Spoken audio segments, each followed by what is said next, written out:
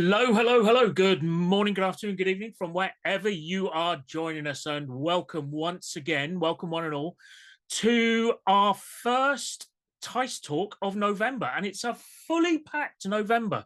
We have a teissTalk every Thursday this month.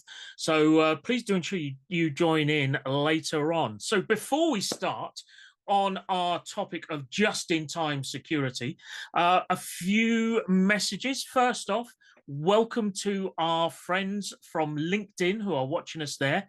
Unfortunately, you won't be able to join in with asking questions because it's streamed to LinkedIn. If you do wish to, then just join us on teiss.co.uk/teissTalk, and I'm sure you can find us, log in and join us from there. Talking of joining in, as we all know, all of our regular listeners, if you give us a question, a good question, a funny question, one that makes us laugh, one that makes us sigh, one that actually makes us feel quite nervous, or just generally a question that keeps us on our toes, then you could win a much coveted teissTalk mug. There are people out there, you know who you are, but there are people out there who collect these.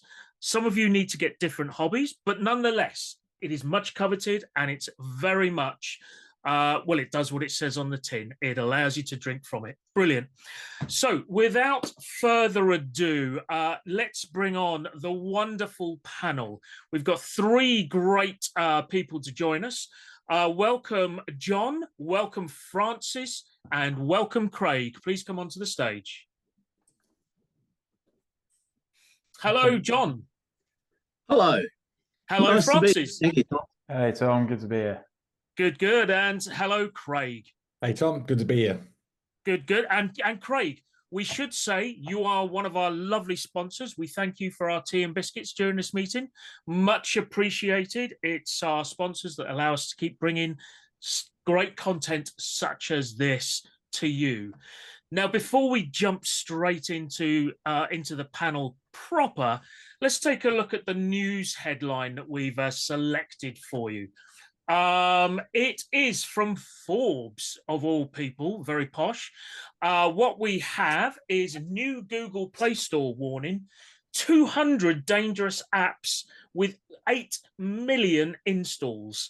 Well, folks, color me surprised if you're going to have an app store that is an absolute free-for-all. It's going to be a sandbox for criminals to start trying to install malicious apps, right? So should we be surprised by this headline? I don't think so, to be honest. It's over a period of 11 months, right? And there's only so much Google can do. I think akin to the whole cycling doping debate on you can only test for what you know exists, right? So yeah, whilst I'm not surprised, there's also damning on Google, and the spokesperson at the end of it said that every known piece of malware was gone, but as I'm sure Craig and John can attest, it's the volume and the numbers in the headline aren't great reading, I have to say.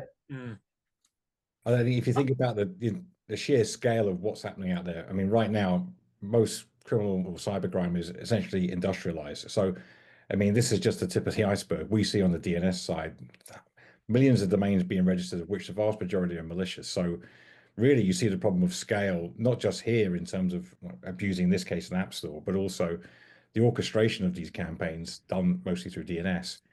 It's done at an unprecedented scale. And I think that's one of the things probably is the most frightening, is that the traditional approaches to kind of chasing down each individual malware one at a time is just not working. So we have to try and think about something different. No, you're just chasing your tail, aren't you? And one of the scary things about this is that it will get worse. And unfortunately, to be able to do a lot of this stuff is very easy to do. So, you know, there's not a lot of effort to make profit on this from the criminal point of view, and the implications and permutations that it can have to people, to organizations, are they're going to get worse and worse. And unfortunately, we see a lot of this already, and it will get more common. And without wishing to sound like an Apple fanboy, which anybody who knows me knows I am, but this is the net result you get from not building a walled garden, right? This is what you get for pretty much, and I'm sure this isn't quite the case, but ostensibly just allowing people to upload whatever app they want onto an app store without any kind of filtering or control. It's the trade-off between creativity and security, right? And giving some freedom. But as John just said, it's getting easier. 1,000 grains of sand approach. You only have to hit on a couple of victims, right? And you've got loads of money. So as Craig said, I'm sure millions and millions of these things are happening. But when you see it in a headline like that in a high-profile company in a high-profile app store, it's going to be pretty frightening for everyone.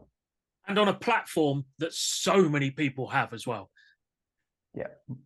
I'm an Apple fanboy as well, so not too worried, Tom. But we just don't get it. Why is this a problem? It's actually interesting, like in terms of, obviously this is coming from Google. Mandiant, who was the threat intel company that Google acquired, they actually talked about how, I mean, some people might say, well, okay, someone's targeting the App Store, so it's targeting consumers or end users. Well, I think it was Mandiant was saying like 75% of some of the threats that they're seeing started off as info stealers. So what was traditionally seen as being, a consumer problem is not really a consumer problem, because those attacks, those ransomware attacks, started off with people stealing essentially the consumer side of a persona and using that to launch ransomware attacks. So if you're on the enterprise side, you might think, well, this is my problem. Well, actually, it probably is. So it's something to be focused on in terms of the personnel you have in your organization. It's not just what they expose when they're working for you on their corporate laptop, but also what they're doing beyond that in their consumer side of their life as well. Very much the thin end of the wedge of, dare I say, criminal activity, effectively. Yeah, and I think, Craig, is probably a question to you. Is this a kind of the risk of BYD and people accessing corporate emails from personal devices and all that stuff, of criminals now targeting people that way? Is that what you're seeing from the DNS side of things? Yeah, and there's also one thing I thought was interesting in the article was the fact that I kind of described it to some of my friends and family. They see a QR code and they go, well, it's great. And I pick up my phone and I point at the camera, and I don't even possibly think about where that's going to take me. They just assume, and of course, when it flashes up and it looks all legit, they think, well, what's wrong with that? No one ever thinks about it. And I think the challenge is as we try to make consumer apps more friendly and more easy to use for more users, is it also makes it very easy for threat actors to use that as a way to dupe or use. And how do you educate all these users? How do you make sure? I think that when the Super Bowl ad a few years ago, I think for Coinbase, they put up a QR code. I mean, they just very happily pointed their cameras at their TV screens and went to that website. Well, you're just assuming that that's a legit website, but how do you? So yeah, it just shows that education is something that we have to stay on top of all the time because of these techniques that they do change. It's very difficult when the responsibility for education falls on an organization, because everybody uses a computer, and we're all different ages and sizes, and there has to be a lot more before you get into the workplace, so a lot more done at school to share security awareness in all of these things, and it's not a difficult thing to teach, but just to raise the awareness and to get people's attention is pretty hard to do. But yeah, it's funny about a QR code because you just don't think about it usually. You just point and you think, yeah, that's right. And there's no validation that comes from it later. So there's a big thing that people need to learn. So without wishing to sort of belabor this, and I think this will be the last point we come to,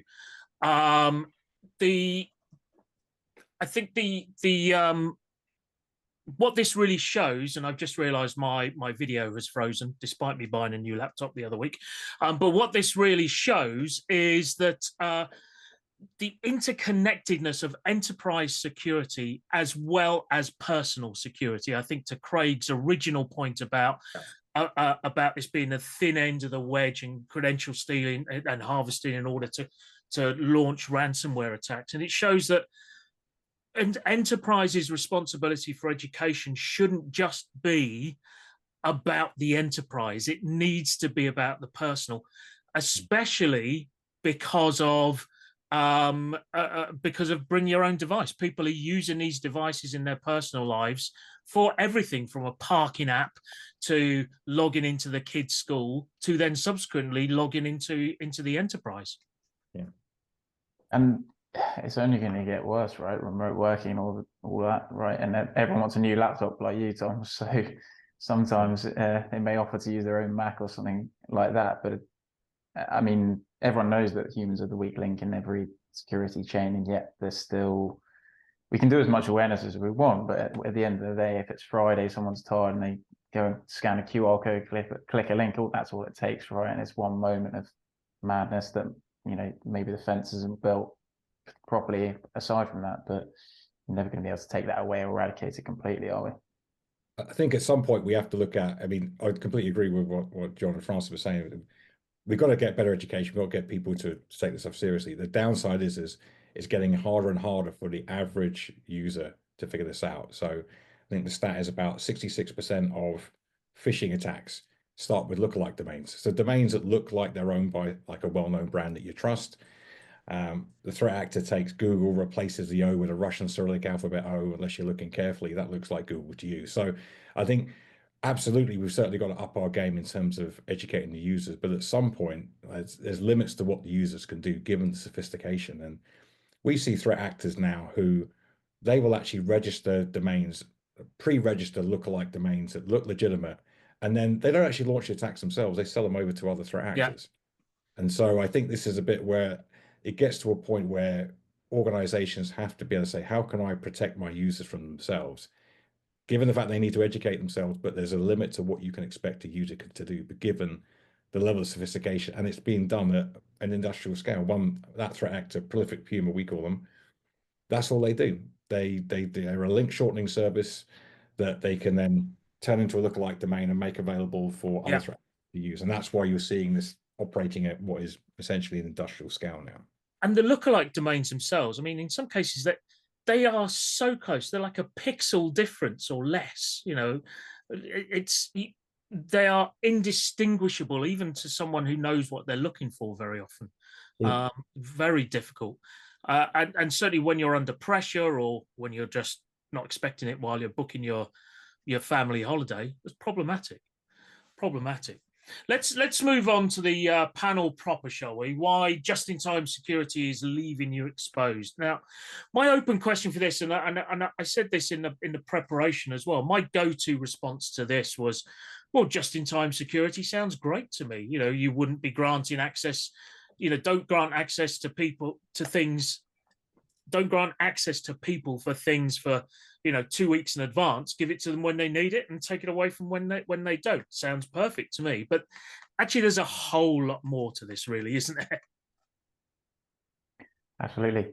I mean, you can buy a nice fancy tool, but if you don't implement it properly, the right policies and everything around it, then it's only as useful as anything else, really. And we see often, I guess Craig and John can definitely attest this, that, you know, nation states will sit there and do recon for, you know, months, years, and they'll turn a baseline access, you know, authentication to what looks normal activity, and then suddenly they've taken a load of information, right? So they've got the power to do that, and I'm sure Craig can go into it much deeper than I can, but that's what we're seeing is, you know, people nation states specifically waiting years to collect information and making sure that the activity looks incredibly normal, and then suddenly you've got a big problem on your hand.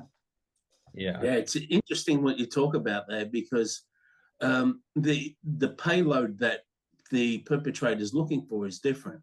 So if someone's doing it for financial gain, chances are they're not going to be sitting there scanning a system for 18 months quietly in the background or what have you. So they set themselves up, find a way to get in, and then lay dormant to be able to launch an attack later on for what reasons that they are as well. So the way that they behave is a little bit different, but ultimately it's still the same thing. You're still trying to put defenses in place and try to block access to malicious content or a malicious user trying to get in. But it is a point in time effect that happens. And Craig's in a perfect position because he actually has a technology that helps with that, but one of many. Mm-hmm. It's interesting that you mentioned about one of the threat actors. We published on we call them modeling Meerkat. This one we believe tied to the Chinese nation state. So to the point where these guys are not they're not in a rush. They don't need to be in a rush. But the interesting thing is that their knowledge of DNS is quite exceptional, and they use DNS to orchestrate and control those endpoints over time. And the rendezvous point, I think Anne Neuberger, she's the deputy director of the NSA. Her quote was like 92% of malware uses DNS as its control plane, essentially. And by doing that, because why do threat actors do that? DNS is always available because your policy on your firewall for DNS is to allow, otherwise internet browsing doesn't work. And who looks at DNS traffic? Well, not normally security guys. And so what they are doing is, with what we can tell from modeling Meerkat, is they're bouncing traffic off of the Great Firewall of China, getting a very specific response, which not everyone else would get, which suggests they're testing some level of connectivity. So testing to make sure that they can have connectivity from a particular network they've compromised to then send that data back into China. So we don't know all the details of like what the rationale behind it is, but it just goes to highlight the fact that by maintaining control using DNS as your command and control is a great way for these guys, and they can live off the land. DNS is a protocol that's on pretty much every IT connected device, IoT device, your laptop, you name it. That's causing severe challenges. But unfortunately, the only ones who are really focusing, or most people are only focusing on DNS, is actually the threat actors. And they're the ones who are criminals based on DNS because it's ubiquitous, it's everywhere, and it's consistently available. So we're certainly seeing that on our side. So has DNS had its day? I mean, it obviously was started off in what, the mid-70s, something like that. Hasn't changed dramatically, really. I mean, it's got a little bit more sort of robust. Obviously, it's scaled massively, but plenty of other, dare I say, protocols or internet protocols have been updated. They have been secured. They have, et cetera, et cetera. Why is DNS still the last? Is it? I guess what I'm saying is it being leveraged because it is one of the last ways that can be easily leveraged, or what? Is it about to be overhauled? No, I think there's certainly some in the DNS standards, security capabilities have been added consistently over the last 12 to 15 years. Challenge is the reason why it gets exploited is because DNS is a victim of its own success. If DNS works, everyone's happy about it and no one wants to touch it because it's a critical service. So it's interesting the fact that, again, most security teams, they understand HTTP, they look at email, they've got their traditional security appliances, but DNS is like a networking thing, and it's the networking guy's problem. Well, the networking guy is not looking for malware, he's not looking for ransomware, he's not looking to see if it's being used for command and control. And so as a result, the threat actors know this. They know that no one's looking at that traffic. We see, for example, DNS-based data exfiltration. So if you own a domain and you type in, I don't know, my social security number, and then .baddomain.com, what does your DNS server do? It helpfully works as your own personal hacker's postal service and will deliver it direct to the domain that you own.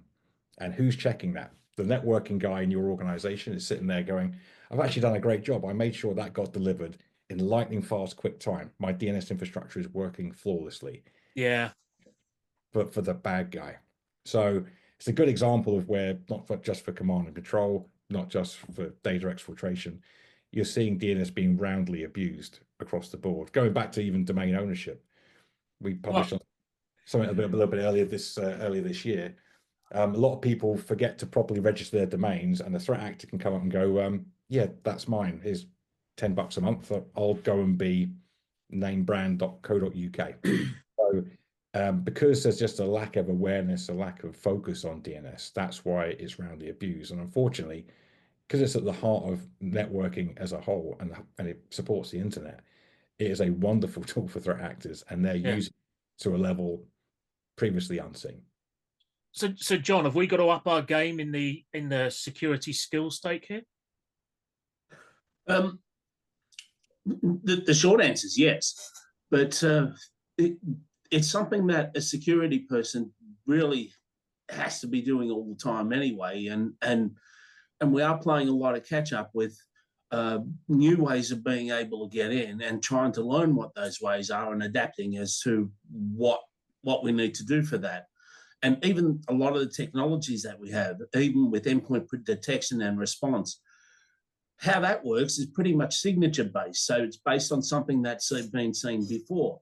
If we look at network access control, that's also trying to help in DNS as well, in allowing certain resources to be able to come onto a network if they meet certain security criteria.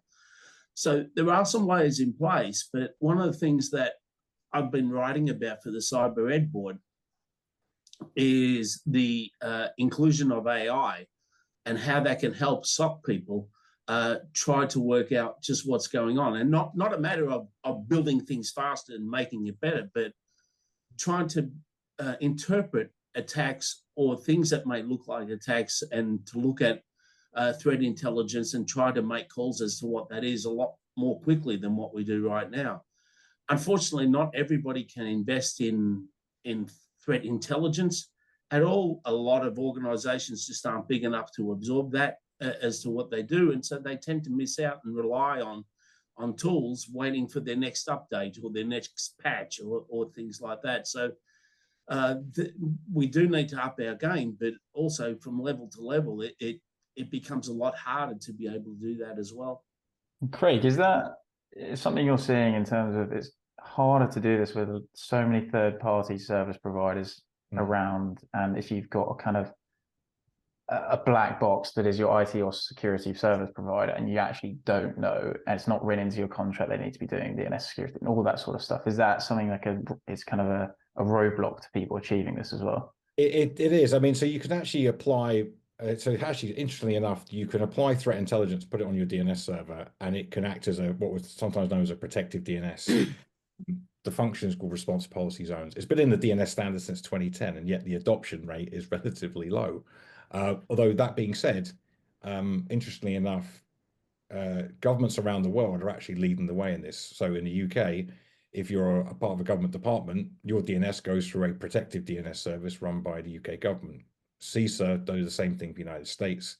That's got to be a first ever that governments are leading the way on something like this. It does make me feel weird saying it, actually.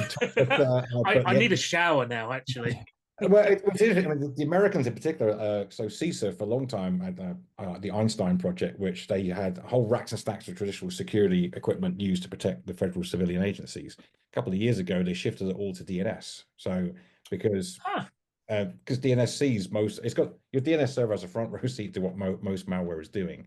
You just have to get smart enough to work out what's good and what's not. So, and actually, since you ask folks who are in the UK were the first one to roll out a protected DNS. So it was actually a first. The UK government was leading the way, and we see other governments. So proud. It does make me feel proud, yeah. Yeah. But it's not just in government. We're also seeing some countries are actually putting legislation in place where they will mandate the use of some level of either threat intelligence or content blocking, but then asking to Francis's point, the internet service providers incumbent in the country to actually do blocking. So it does bring into questions around, historically around net neutrality, but I think governments are getting more involved because they can no longer really sit on the sidelines given the scale of the problem and the impact it's having. And DNS is possibly like the most scalable way of actually mitigating it, but it does require partnership with service providers, partnering, or sometimes delivering their own governmental protected DNS service, and we're starting to see that around the world now. So, I would certainly say I'm not the most hands-on person in the cybersecurity space, but if this has been in the standard since 2010 or so, why has nobody told me about this before? It feels like the world's best kept secret. Yeah, I think mostly because it's an education exercise, and who wakes up in the morning thinking about DNS? It's not normally that's what it largely comes down to. Well, I'm looking at one person who does now. Oh yeah, I mean, someone's got to do it, right? So it has to be me. I mean, there is a small cohort of folks who are focused on it, and over time, one of our threat intel team, our leader, Dr. Renee Burton, she used to work at the NSA. So one of the things that we've started to try and do is to look at DNS, and to John's point around AI, the problem with DNS is it's so voluminous, there's so much of it, that how do you make sense? How do you, of the billions of DNS queries that get sent through networks every day, well, which ones are good and which ones are bad? Well, The traditional approach of, well, doing things manually, that just isn't going to work. So we have to use like machine learning and AI models. And we've had to do, going back to kind of the topic, as it were, is to focus on, we can't catch all the malware. There's just too much of it. And being essentially built in like an industrial process. So it's a kind of, the way I describe it to my wife, she's not in IT at all. It's kind of like you're trying to shoot down tens of thousands of drones. Sure, you'll shoot a fair number down, but to the point raised earlier, there's a whole boatload you're going to miss. And you don't have to miss very many to suffer a fair amount of pain. So we actually take a different approach on the Intel side, where we don't actually chase malware. We actually track the threat actor's infrastructure. So when they register the domains, and one threat actor spent $1 million registering 500,000 domains. So these guys have plenty of money to do this at scale. And their scale comes from DNS domains. So we track the DNS registrations. We look at DNS traffic in from service providers around the world. We build out models. So when these domains get registered, we know that it's owned by a threat actor. It may not be malicious today, may not be malicious tomorrow, but at some point it will be. So get out of the race condition of the traditional approach to malware mitigation is you detect the threat, you reverse engineer it, you then go and block the domains. Well, someone has to die. Someone has to be a victim. So well, it will have come through the DNS into your environment, hit an endpoint, done something that would then trigger the investigation, right? Yeah, and DNS, I mean, if a user clicks on a phishing link, the first thing that happens is a DNS request. So if you block it before they try and register, or they try and resolve that malicious phishing domain, you can potentially block it before your downstream security appliances. So by looking at the DNS traffic, we can start to identify before the campaign is even launched. We'll just block because we know that infrastructure is malicious at some point, not maybe now. So we can't come back and tell you it's this malware. We can just tell you that we know it's going to be malicious. So I think it's the only way that to provide what I would regard as like an industrial scale solution to what pretty much now is an industrial scale problem. If they're weaponizing DNS against us, we need to start using DNS to weaponize against them. But to John's point, you need to really understand DNS. You really need to be able to build AI models that allow us to filter out and figure out, is that really tied to that threat actor or is it not? And it's still, I would say, if you talk to our threat intel team, they'd say we're really just scratching the surface of threat actors are using this for. Yeah. And the challenge to that is you're taking what is quite a technical cyber problem, and to get the skills in play, you need budget, you need everything else, you need investment, right? And to take a technical part of cybersecurity and relate it and make it translated to the board or to whoever's holding the checkbook, you've then got to take what is essentially a risk conversation and try and make it understandable to people who don't live it, breathe it, right? And if you say adoption has been slow, we've only scratched the surface, it will take X amount of time and it's longer than they're already expecting, chances are they're not going to give you the checkbook. And then don't get me wrong, it's far cheaper than suffering an incident or an attack, but at the same time, they probably won't stump up the cash for it. We had to actually build, so I used to run the security product management team in Infoblox. The last project I worked on before I moved to this current role was to build essentially an AI-based security operations tool to be able to take all that DNS security information and the DNS context and turn it into something which could be easily consumed. Because to your point, Francis, is yes, you can have these tools, but unless people can actually operate them and use them, then they're not going to be able to be successful. Just like the early days of a SOC generally, right? The sheer volume of stuff that's coming. Obviously, SOCs have improved, and the tools that supplement it have improved greatly since then. Similar thing now, I guess. We do, excuse me, we do have a question from the audience. But I know, Craig, you had a poll you wanted to run, and I think this comes to my point about why didn't anybody tell me this before? If we could get the poll up, the question is, do you currently use your DNS infrastructure or DNS-based threat intelligence to block malware? Now, we think we know where most of the answers are going to come from. But while everybody's busy reading that and busy clicking on that, the question from Andre, thank you for the question, Andre. Do you think that the soft power of the UK government will push for the adoption of a more secure DNS approach overseas, at least for allied countries? Now, this is an interesting one, especially as we were saying, it's not common that you find governments being at the forefront of a technology, let alone a security technology. Is that something that the UK government should be doing? I would say that, and so I can't speak for the UK government, I work for them, but I would say that you can go onto the NCSC, the National Cyber Security Centre's website.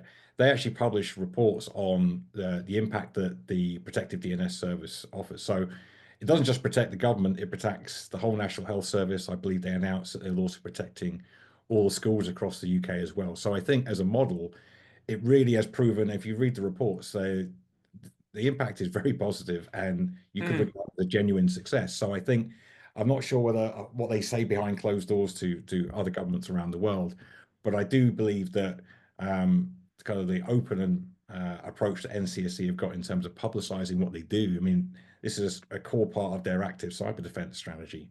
Yeah, and it is something that they do share. Yeah. So it is something that they do share in their knowledge sharing, particularly with Five Eyes. And so there'd be no surprise if the Five Eyes nations are all doing this as well. And certainly in the United States, this is used in a big way and has been rolled out for some time, just as Craig alluded to when he spoke about CISA.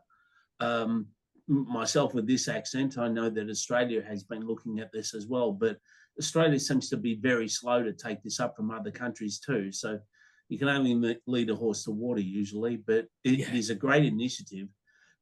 For me personally, it's been fascinating to hear just what's been implemented and Craig's involvement with this and his team too. So it's been all the more reason to be on today. So, but it is something that is being shared, at least at Five Eyes level and those sorts of levels. Yeah, absolutely. Excellent. Thank you, Andre. Let's have a look at the poll results, shall we? We were wrong. We thought there was going to be a lot more don't knows. What do we know, huh?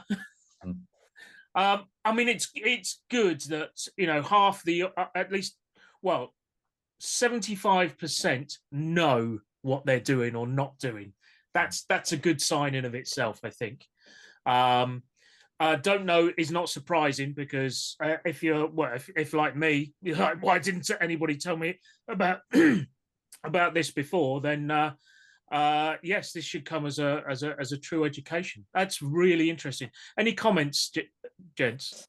I would say that in terms of, so we've got about 6,000 plus customers worldwide. So we sell DNS servers to large scale enterprise service providers, governments. Typically the adoption rate is 25 to 30% right now of protected DNS services. So it's kind of in line with right. It's kind of about right. But to your point, Tom, I'm glad that they at least know they don't have it, rather than historically in the past, a lot of the answers were, I just have no idea. Yeah. At the same time, you have to wonder, what is at the top of their risk pile if this isn't it, right? And if people like Craig and companies like Infobox are calling it out as one of the bigger, if not the biggest risk at the moment, and it is the most proactive way to stop attacks at the source, then why are people not doing it? But you've got to kind of question that. But at the same time, you can understand why, because as we said earlier, but you'd think for big financial services companies and critical national infrastructure that people would be looking at this intently. But at the same time, as you said, 2010 adoption and how slow it's been, it's one of those things. And also there's so many things that are killing you today, as opposed to probably going to kill you tomorrow. And I think that's always been a challenge, and that trying to balance budget, culture, appetite, and ability to do something is incredibly difficult. And not just in security, it's in any industry, obviously, but this is a serious issue, but just because it's a serious issue for the four of us and we think this is dreadful, there's other companies that have got other bigger serious issues. Yeah, and I think, Craig, probably a question to you: is it a case of effort versus reward and how long it takes to actually get to the bottom of it, or is it just understanding? I think it's mostly education and understanding. In terms of the configuration setup to pull threat intel and put it on a DNS server, it's a 5-minute configuration exercise. Oh, wow. So that's Right. what makes it slightly more infuriating, is the fact that this doesn't That's happen particularly. presumably after you've cut the purchase order, though. Well, yeah, according to my sales teams, yes, that would be all. But leaving that detail aside, in terms of stuff, it's relatively straightforward. In fact, one thing that one organization I work with, they actually start to use DNS if they detect a particular domain that's malicious. What you're actually using, you're using the capabilities that are built into. It's not a Infoblox thing; it's into the DNS standard. Yeah, So yeah.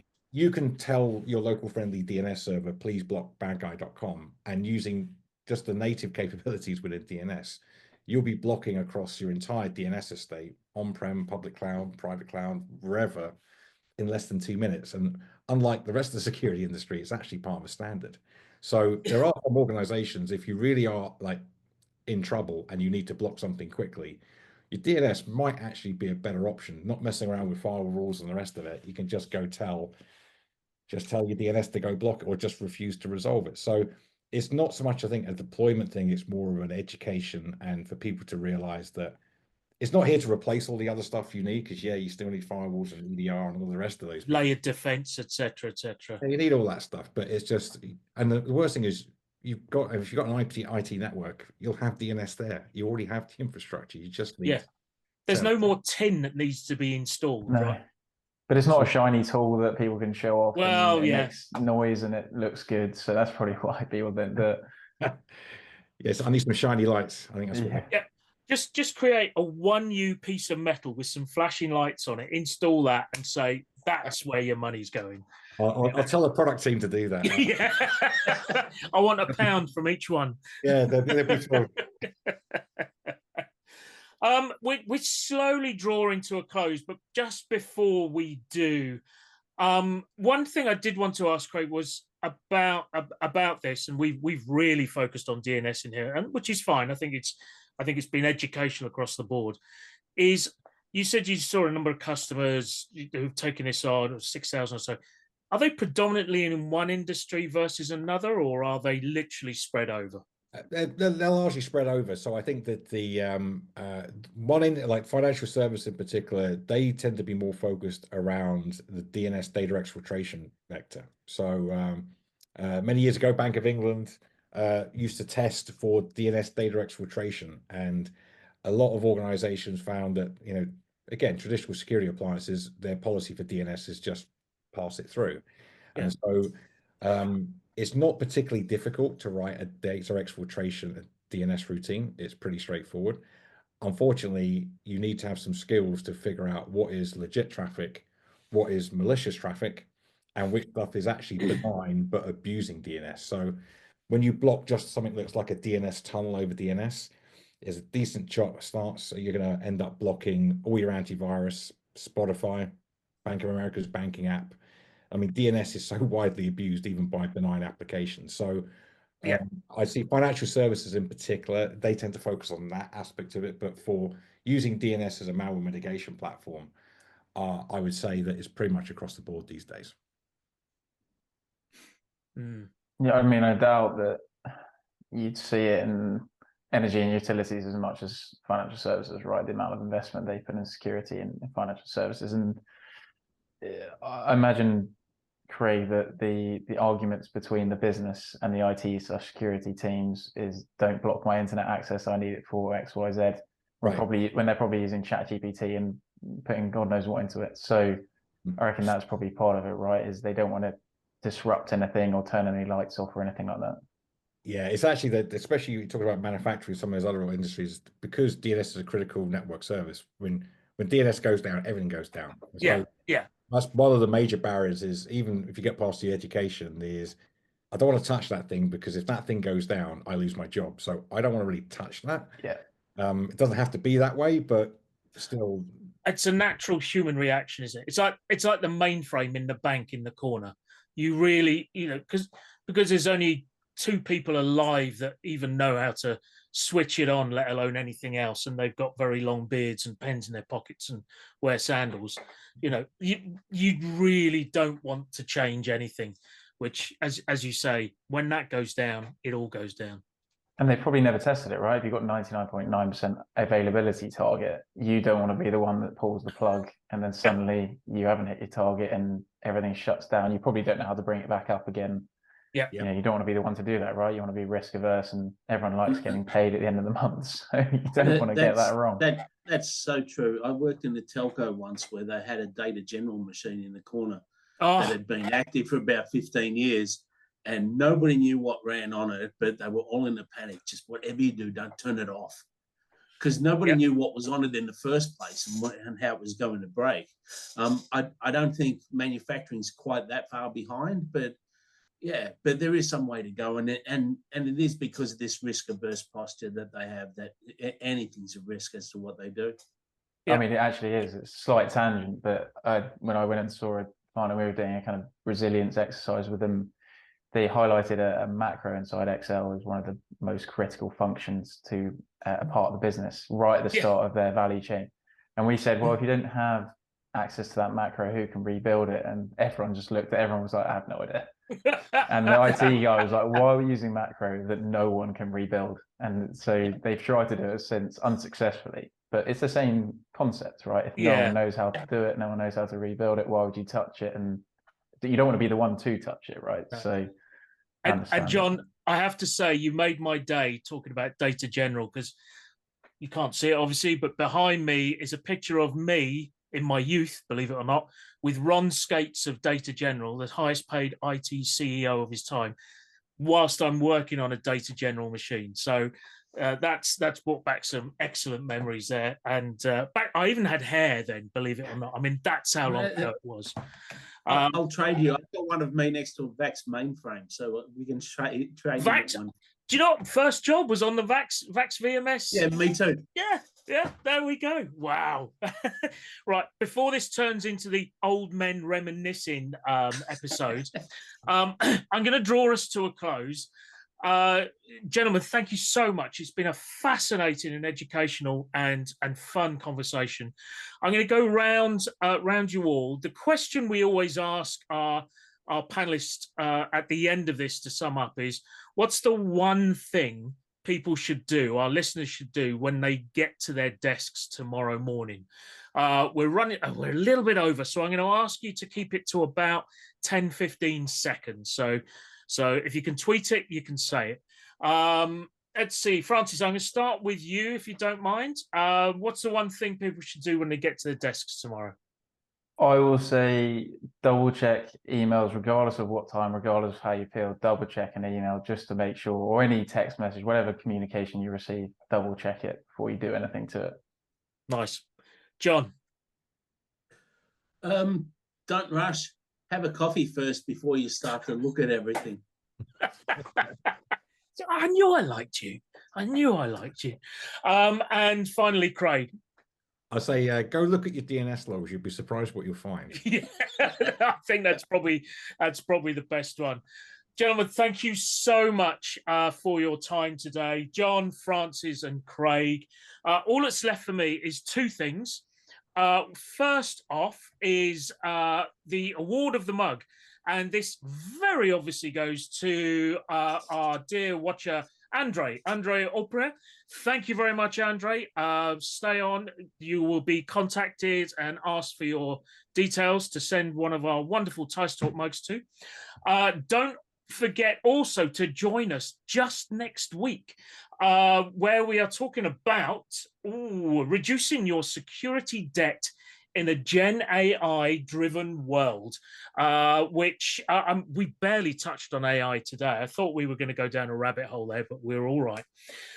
So once again, folks, Francis, thank you very much. Thanks very much, Tom. Great time. John, thank you. Happy. Thank you very much. And Craig, our sponsor, thank you very much. Thanks for having me. Really enjoyable conversation. And to our audience, don't forget to stay secure, my friends.